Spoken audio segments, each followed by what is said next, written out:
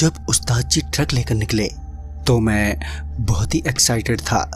वो क्या था कि आज उस्ताद मुझे भी ट्रक ड्राइव करने का मौका देने वाले थे। वैसे तो मैंने पहले ही बहुत प्रैक्टिस कर रखी थी, मगर आज पहली बार लोड ट्रक चलाने वाला था, वो भी हाईवे पर, जिसके लिए मुझे रात होने का वेट करना था, क्योंकि रात के वक्त ट्रैफिक ना के बराबर रहती है। आखिरकार तपती दिन की जगह कड़ी रात ने ले ली और उस्ताद ने भी ट्रक एक ढाबे पर रोक दिया। खाना खाने के बाद जब हम वहां से चलने को हुए तो मैंने उस्ताद से कहा, उस्ताद जी अब यहाँ से मैं ड्राइव करता हूँ। मगर जब उस्ताद ने कहा अरे नहीं नहीं अभी नहीं, तो मेरा तो दिल ही टूट गया और फिर मैं बड़े ही उदास मन से चुपचाप उस्ताद के साथ ट्रक में बैठा रहा। मुझे बुरा तो बहुत लगा था, जिस वजह से मैं उनकी तरफ देख तक नहीं रहा था। वहीं उस्ताद को भी मेरी नाराज़गी का पूरा एहसास हो गया।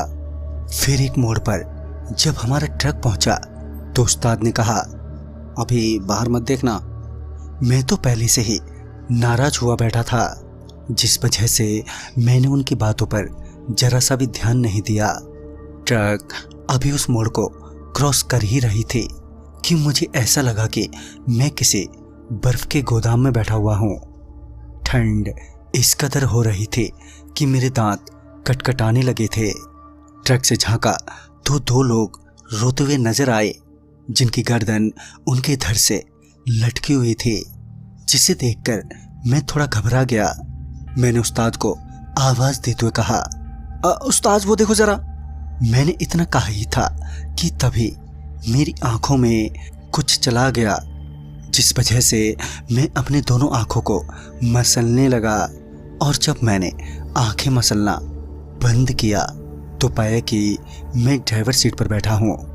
यहाँ तक कि उस्ताद भी ट्रक में नहीं थे। ट्रक अपने आप ही फुल स्पीड में दौड़ी जा रही थी। मैं लगातार ट्रक रोकने की कोशिश किए जा रहा था, मगर ब्रेक लगी नहीं रही थी। तभी ट्रक हाईवे से उतरकर साइड के रेलवे ट्रैक की ओर मुड़ गई और ट्रक के बीचों बीच जाकर खड़ी हो गई। ट्रक के रुकते ही ट्रक के एक ओर जैसे मुझे बड़ी स्पीड में ट्रेन आती हुई नजर आई। ट्रेन को देखते ही मैं ट्रक से उतरने के लिए ट्रक का दरवाज़ा खोलने लगा, मगर दरवाज़ा खुलने का नाम ही नहीं ले रहा था। मेरे पास बहुत ही कम वक्त बचा था। ट्रेन किसी भी पल ट्रक समेत मेरे को कुचलकर चली जाती। तभी अचानक ही ट्रक का दरवाज़ा खुल गया। ट्रक का दरवाज़ा खुलते ही मेरी नज़र उस्ताद पर पड़ी, जो बहुत ही बुरी तरह से घायल थे। उनके शरीर से खून बह रहा था। तभी उस्ताद ने कहा, जल्दी उतरो। मैं उसी वक्त ट्रक से नीचे उतर गया और मेरे उतरते ही ट्रेन उस ट्रक के चिथड़े करते हुए वहां से निकल गई। उस्ताद वहीं पर ट्रक के करीब ही बैठ गए। मैं भी काफ़ी डरा हुआ था। तभी उस्ताद ने कहा, तुम अपने हाथों को। उस्ताद ने इतना कहा ही था कि एक बार फिर से मेरी आंखों में कुछ चला गया और मैं अपनी आंखें मसलने लगा। तभी उस्ताद जोर से चीखे और फिर जब मैंने उस्ताद की तरफ देखा जहां वो बैठे हुए थे, तो मैंने पाया कि अब ना तो उस्ताद वहां पर हैं और ना ही मैं वहां पर हूँ। दरअसल मैं किसी रेलवे फाटक के करीब खड़ा था, वो भी पटरियों पर। मैं कुछ समझ ही नहीं पा रहा था कि आखिर ये हो क्या रहा है। तभी मुझे उस्ताद के कराहने की आवाज़ सुनाई दी। फिर जो मैंने देखा वो देखकर मेरे पांव तले ज़मीन ही खिसक गई। दरअसल उस्ताद को मैंने उनके बालों से अपने एक हाथ से पकड़ रखा था। अब उस्ताद की हालत और बुरी हो गई थी। मैंने तुरंत ही उन्हें छोड़ा और रोते हुए बोला, उस्ताद ये सब क्या हो रहा है, मैं क्या करूं? उस्ताद की हालत इतनी ज़्यादा खराब थी कि अब वो पूरी तरह होश में नहीं थे। उनके मुंह से एक ही शब्द निकल रहा था, मगर वो सही से बोल ही नहीं पा रहे थे, जिससे मैं ये समझ पाता कि वो क्या बोलना चाह रहे हैं। तभी पटरियां कपकपाने लगी। थरथराती पटरियों से मुझे ये अंदाजा हो गया कि हो ना हो ये ट्रेन आ रही है। मैंने उस्ताद को किसी तरह से सहारा देते हुए ट्रैक से हटाया। मैं मदद के लिए लोगों को आवाज़ देने लगा, मगर मेरी पुकार किसी के कानों तक नहीं पहुंची।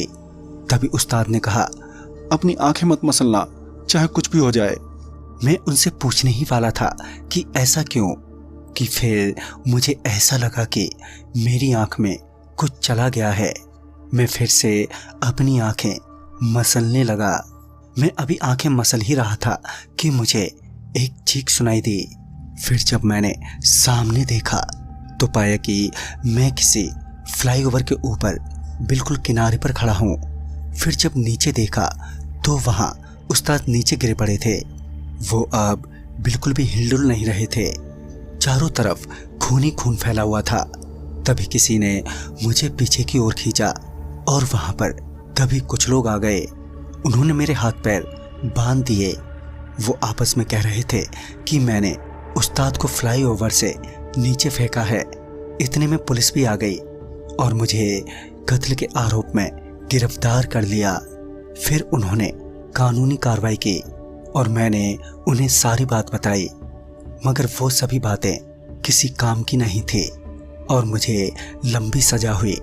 बाद में पता चला कि उस हाईवे पर बहुत पहले 2 लोगों को आत्महत्या करने पर मजबूर किया गया था, जिसके चलते उनकी आत्माएं जिन्हें भी दिख जाती हैं वो उनके साथ भी वैसा ही व्यवहार करती हैं जैसा कि उनके साथ हुआ था। तो दोस्तों, इस कहानी में बस इतना ही। तब तक के लिए बाय एंड टेक केयर।